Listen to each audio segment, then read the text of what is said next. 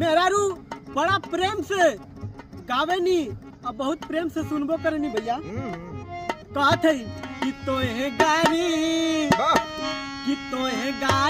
कवन विधि दे रसिया राम लला तोहे गारी कवन विधि दे रसिया राम लला तोहे गारी कवन विधि दे रसिया राम लला।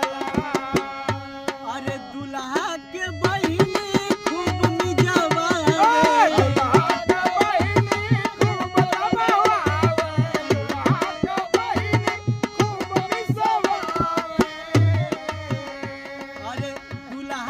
बहिनी खूब मिसवावे तोहे गारी कवन विधि दे रसिया राम लला तोहे गारी कवन विधि दे रसिया राम लला तोहे गारी कवन विधि दे रसिया राम लला। लेकिन समधी खातिर के एक लाइन है भैया।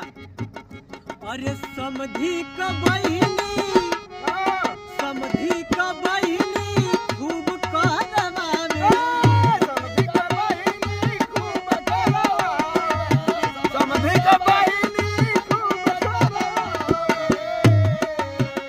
का करवावे भैया वो समझला।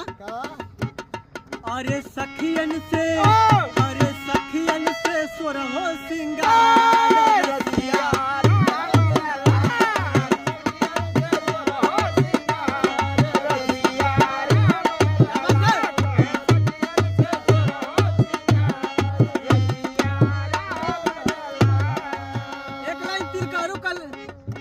तिलकहरू अब सुन ला भैया।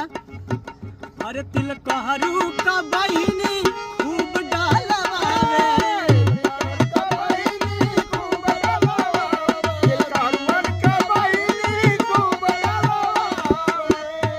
लेकिन का डलवावे भैया। कहे झुलुआ कदमवा